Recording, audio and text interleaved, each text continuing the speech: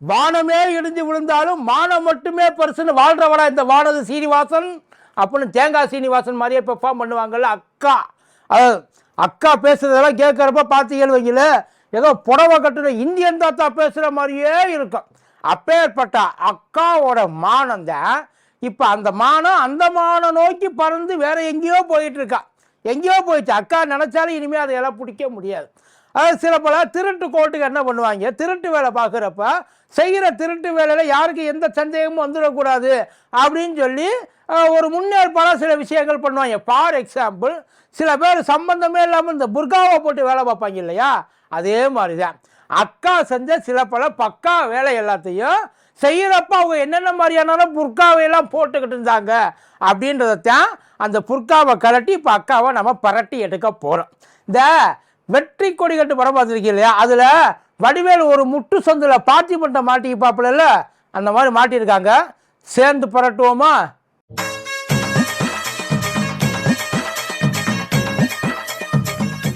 Booster சுகரை control பண்ணும், உங்க ஆரோக்கியத்தை மீட்டு தரும். சர்க்கரையை கட்டுப்படுத்துறதுக்கான எளிமையான வழிமுறை, இயற்கையான வழிமுறை. அனைத்து மருந்து கடைகளிலும் கிடைக்கும்.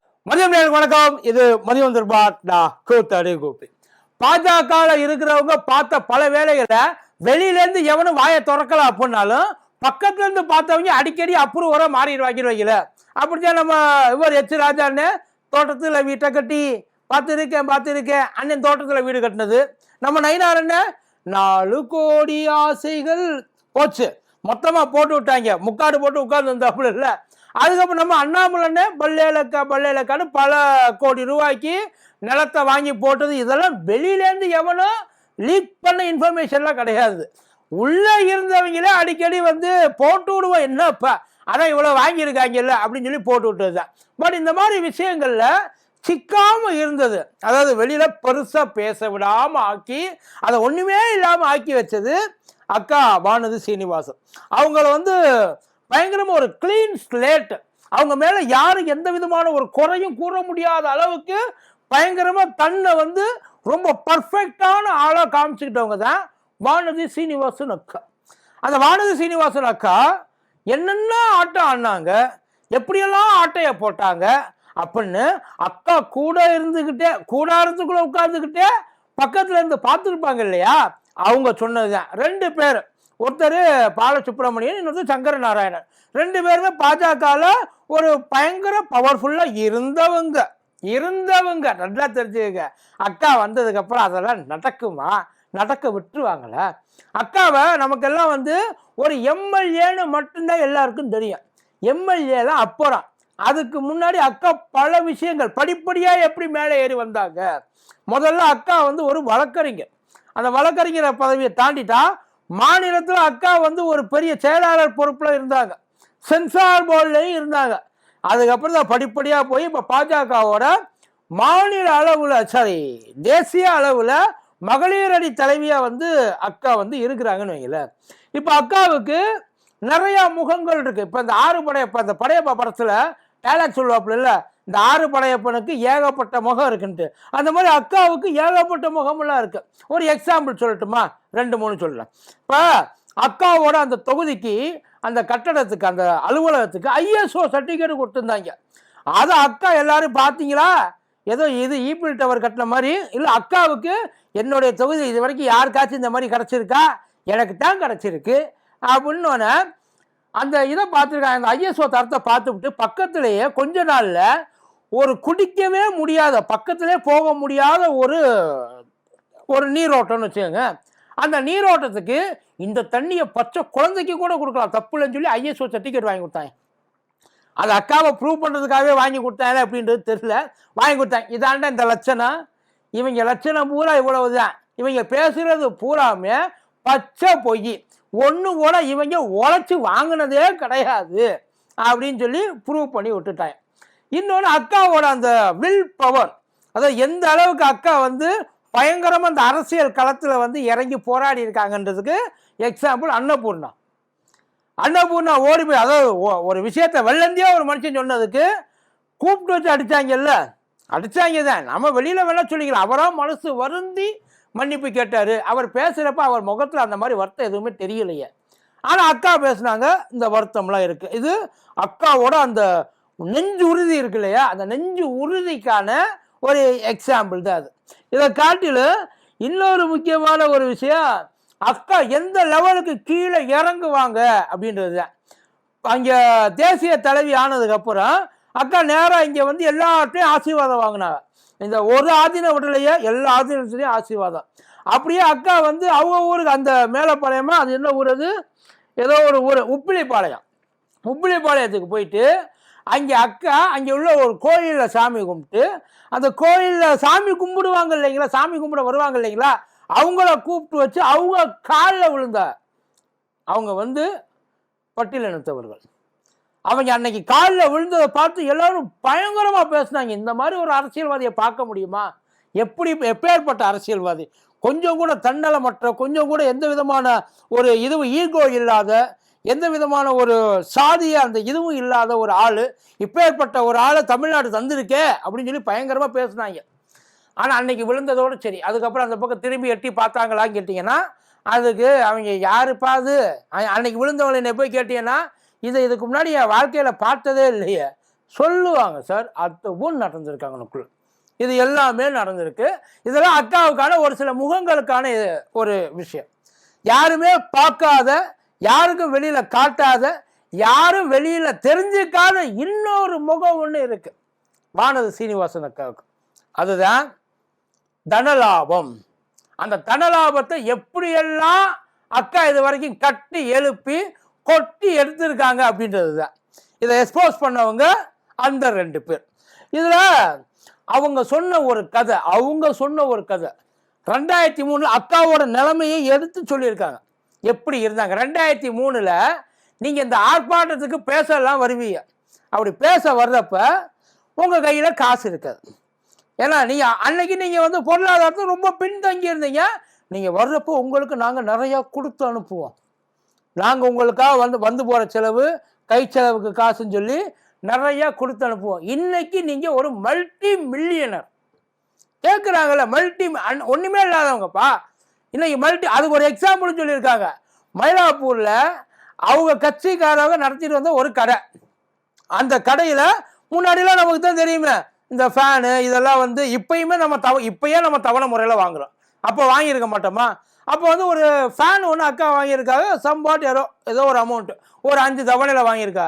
4 தவணை தான் அக்கா நல்லா கட்ட முடிஞ்சிருக்கு. 5வது தவணை விடுங்க, 4 கட்டிட்டோம்ல, அப்புறம் 5வது என்னவா, எதுக்கு கட்டணும், 4 கட்டினது அதிலெல்லாம் வந்துருக்கேன் அப்படின்னு சொல்லி அந்த 5வது தவணையை அக்கானால கட்ட முடியல. அதையும் சொல்லியிருக்காங்க.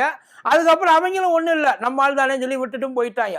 கட்ட முடியாத ஒரு சூழ்நிலை இருந்த நீங்க இன்னைக்கு கோடி கோடியா கொட்டி வச்சிருக்கீங்களே எப்படி கேட்குறாங்கப்பா.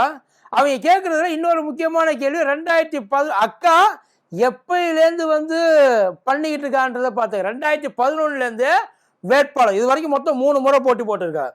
3 முறையில் 2 முறை தோற்றுருக்காங்க, 1 முறை ஜெயிச்சிருக்காங்க. ஒன்று மயிலாப்பூர், இன்னொன்று கோயம்புத்தூர், இன்னொன்று கோயம்புத்தூர். இப்போ மயிலாப்பூரில் அக்கா 2011 போட்டி போடுறப்போ அந்த அஃபிடவேட் சொல்லுவாங்க இல்லைங்களா, அந்த அஃபிடவேட்டில் அக்காவுக்கு வந்து சொல்லியிருக்காங்க எவ்வளவு, 2003 அந்த நிலைமை 2011 அக்காவோட அசையும் சொத்துக்கள் 48,29,891. இது அஃபிடவேட்டில் அவங்க கொடுத்தது. அசையா சொத்துக்கள் 68,80,000 ரூபாய். ஓவராலாக வந்து அக்காவோட சொத்துக்கள் 1,16,59,891 ரூபா 2011. 2016 மறுபடியும் அக்கா கோயம்புத்தூர்ல போட்டி போடுறாங்க. அப்படி கோயம்புத்தூர்ல போட்டி போடுறப்ப அக்காவோட அமௌண்ட் அசையும் சொத்துக்கள் 1,17,51,853 ரூபா. இது ஓகே, ஏன்னா அப்படியே டபுள் ஆயிருக்கு. அக்கா பயங்கர ஹார்டா உழைச்சிருக்காங்க. அசையா சொத்துக்கள் 5,30,50,000 ரூபாய். ஓவராலா 2016 அக்காவுடைய ஆன் ரெக்கார்டு சொத்து மதிப்பு 6,12,84,509 ரூபாய். ஆல்மோஸ்ட் 500%. 5 வருஷத்துல அக்கா அடிச்சு கலப்பியிருக்காங்கன்னு வைங்களேன். 2016 கொடுத்தது.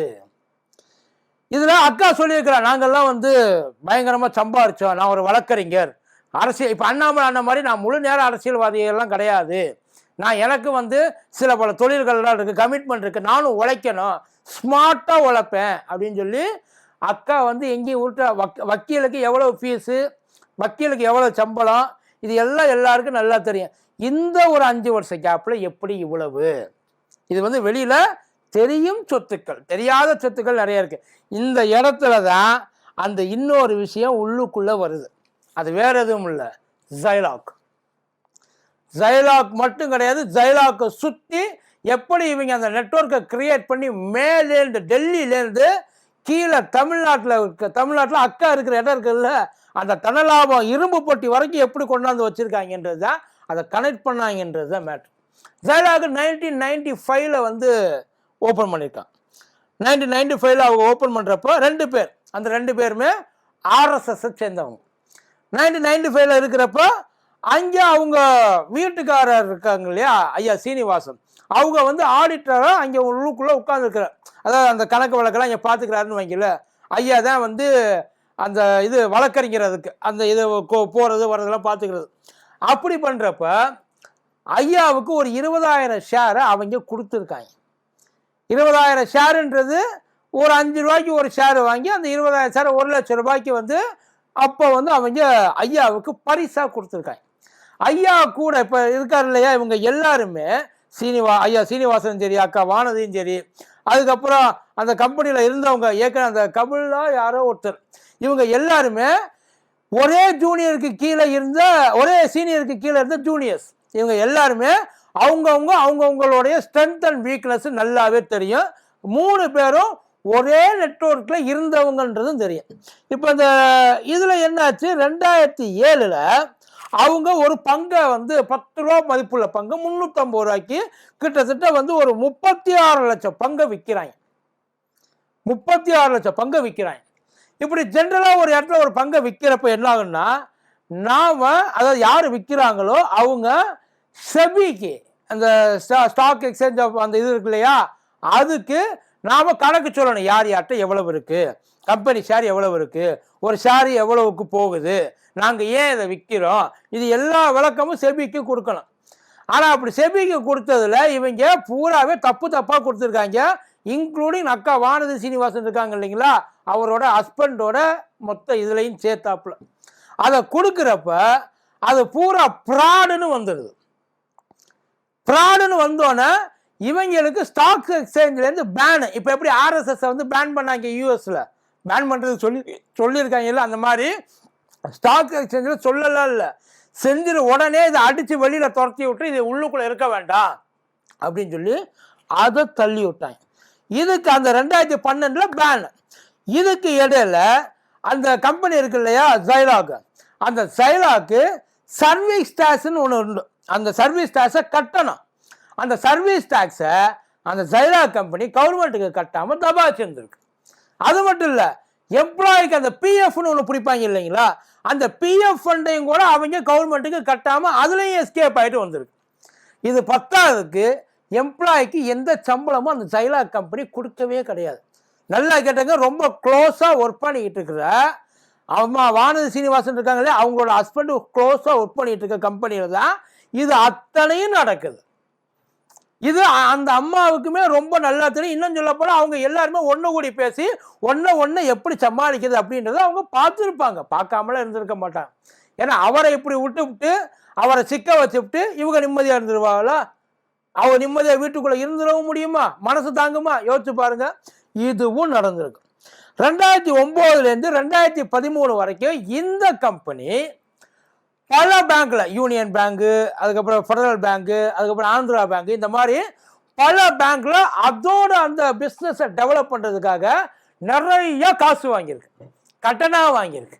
ஆல்மோஸ்ட் கிட்டத்தட்ட வந்து ஒரு 800 கோடி ரூபாய் கடன் வாங்கியிருக்கு இந்த நிறுவனம். வாங்கி என்ன பண்ணியிருக்காங்க, இவங்க இன்னொரு இடத்துல வந்து அதை ஃபாரின் இது இருக்கு இல்லையா, ஜைலாக் சிஸ்டம் யூரோப்பியன் லிமிட்னு சொல்லி ஒன்று ஆரம்பிச்சு இங்கே வாங்கின காசுல அங்கே சொத்தை வாங்கி குமிச்சிருக்காங்க.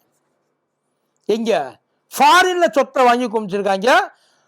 இந்த கடனை திருப்பி கட்டுறான்னு கேட்டால் கையை விரிச்சு விட்டாங்க. 800 கோடி ரூபா காலி. 800 கோடி ரூபா 1 ரூபா கூட இல்லைன்ட்டாங்க. ஆர்பிஐ இந்த கம்பெனியை பிளாக் லிஸ்ட் பண்ணுச்சு.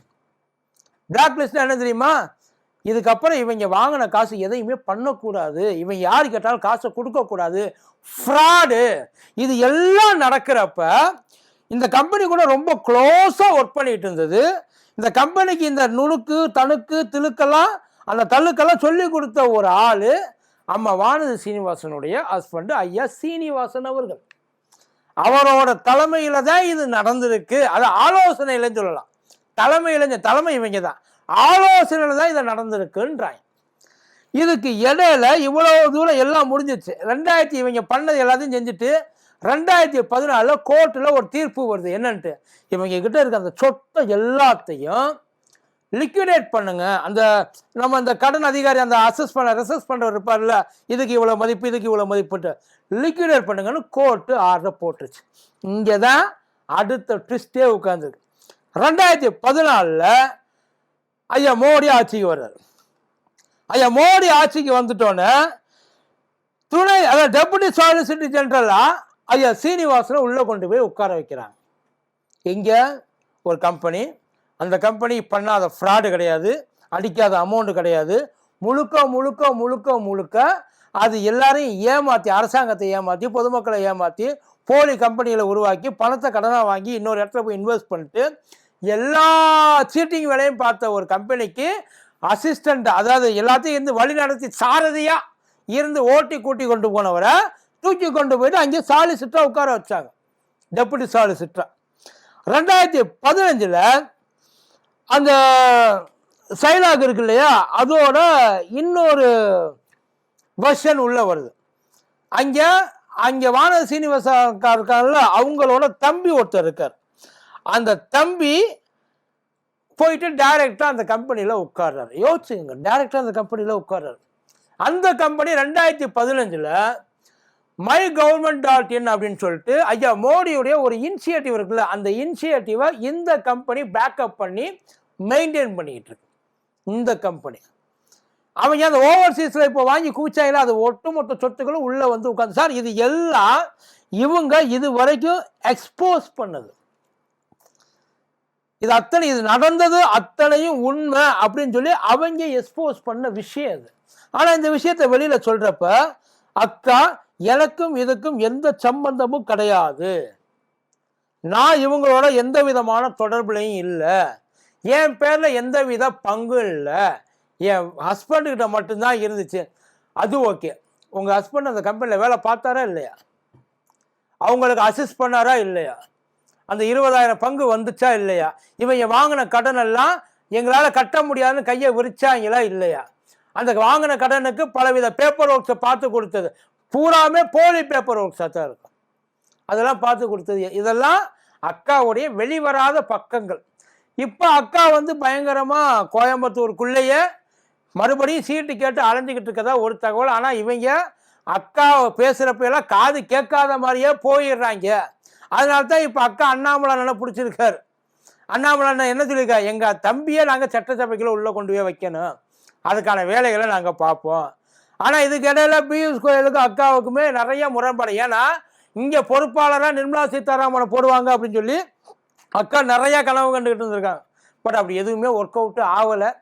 பியூஷ் கோஷ் நேரடியாகவே நீங்கள் ஒன்றும் பெரிய விஐபியெல்லாம் கிடையாது, ஒழுங்காக ஓரமாக வந்து நில்லுங்க அப்படின்ற மாதிரி நிறைய சொல்லிட்டு, அதனால அவர் கூட டீல் பேச முடியாமல் நேரடியாக ஐயா எடப்பாடி கூடயும் சில பல விஷயங்கள் பேசியிருக்கதா சொல்கிறாங்க. அது அரசியல் அந்த பக்கம். இவங்க சொல்லுவாங்க தனி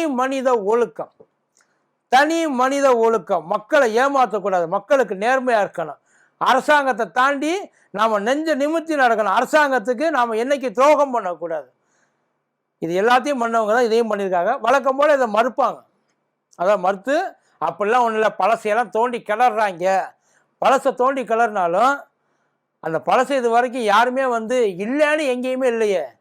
அவங்களுக்கு தடை விதித்தது உண்மையா இல்லையா, செபியிலேருந்து ஆர்பிஐ அவங்கள பிளாக் லிஸ்ட் பண்ணது உண்மையா இல்லையா, அவங்க பேங்கில் ஏமாத்துனாங்க அப்படின்னு சொன்னது உண்மையா இல்லையா, இதுக்கு எல்லாத்துக்கும் ஐயா தொலை போனாருன்னு சொன்னது உண்மையா இல்லையா, எல்லாத்தையும் நீங்கள் சொல்லுங்கள். அதுக்கப்புறம் நம்ப வேண்டாமான்னு மக்கள் முடிவு பண்ணிப்பாங்க. நன்றி.